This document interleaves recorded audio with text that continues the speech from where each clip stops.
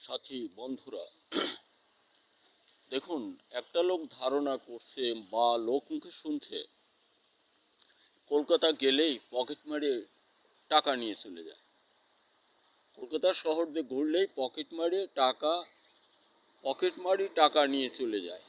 ওই লোক করছে কি, কয়টা চারা মানে মাটির একটা পাতিল ভেঙে কয়টুকু চারা পকেটে করে ঘুরে বেড়াচ্ছে।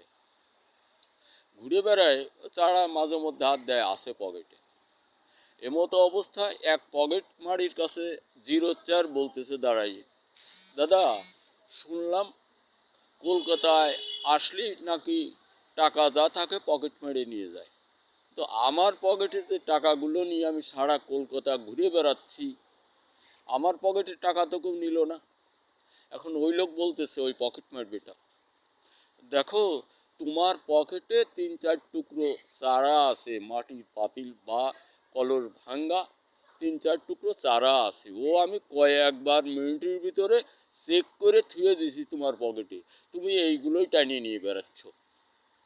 বন্ধুরা আমার, এটা কথাটা কিন্তু অনেক অতীত হতেই বয়ে আসছে। তাই হঠাৎ মনে পড়ে গেল, নরেন্দ্রদা,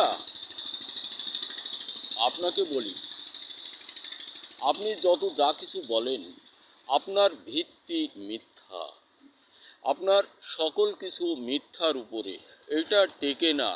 আর ওই যে যা কিছু নিয়ে ঘুরে বেড়ান, ও ডক্টর মোহাম্মদ ইউনূস সাহেব সেকেন্ডের ভিতরে কয়েকবার আপনার টুকায় দেখে কি নিয়ে ঘুরছেন, সেকেন্ডের মধ্যে কয়েকবার।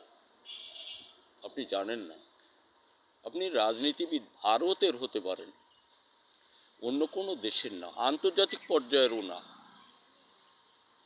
কথাটা স্মরণ রাখবেন। আমি ছোট মানুষ বললাম, কৃষক মানুষ, মূর্খ মানুষ। ওই চারা নিয়ে ঘুরে বেড়ান, ওর মধ্যে আর কিছু নেই। আর এই যে এরকম ভাবেন, সাজেন না ঠোঁটে আঙুল দিয়ে, ভাব মানে জানাতে চান যে আমি খুব বুদ্ধিজীবী না।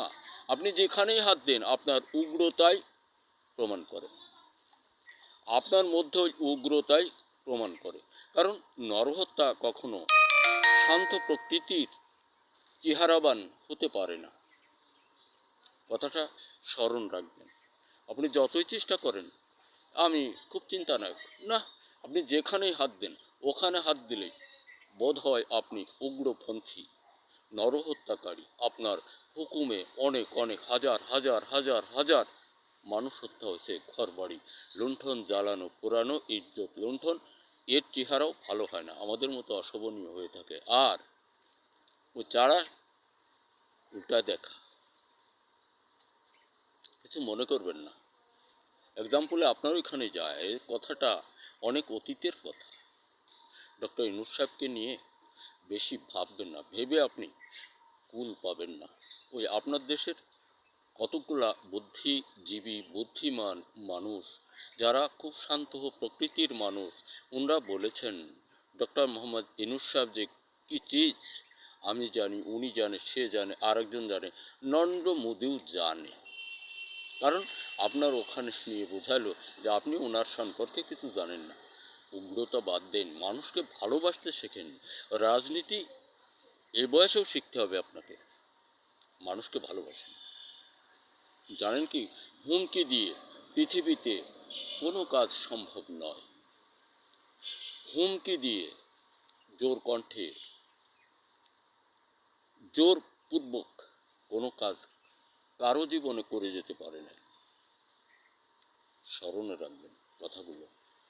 একজন মহিলাকেই যদি 10 জন বেটা মানুষ জোর করে কিছু অপমান সূচক কিছু করতে যাও, তাও পারে না। সে কমসে কম একটা চিৎকার দিলেও দিবে।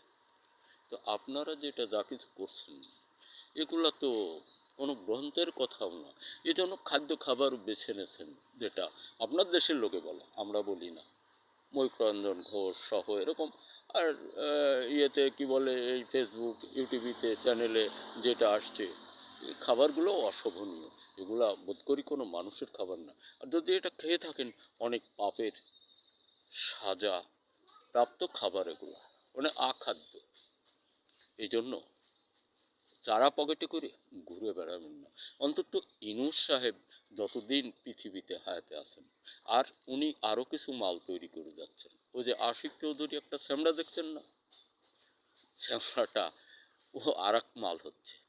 ওই শ্যামলাটা এই দেশের জন্য আর একটা মানুষ হচ্ছে। ধন্যবাদ। দেশ কৃষক বন্ধু, আমরা ফসল উৎপাদন হতে দূরে যাব না। বাংলাদেশের এই নির্বাচনে আমরা সকলেই শান্তিপূর্ণভাবে কি বলে ভোট দেওয়ার জন্য চেষ্টা করব। হ্যাঁ, এবং দাঁড়িপাল্লা যার যেখানে খুশি হয় দেন, তবে আমাদের মনোনীত এইটাই। আরেকটা ব্যাপার হলো, আমাদের দেশময় সকল সন্তান সন্ততি তোমরা স্বরচিত লেখার মতো তৈরি আবিষ্কার গবেষণায় মশগুল হও, বাজে দিকে দিও না। আর ভারত ওইটাই, ওই তিনখান চারা পকেটে করে ঘুরে নিয়ে বেড়ানো হচ্ছে, ওটাই ইউনূস সাহেব বহুবার বহুবার তুলে প্রতিদিন দু একবার দেখেন যে টাকা না, ওটা চারা। ধন্যবাদ। দেখা হবে আবারও কোনো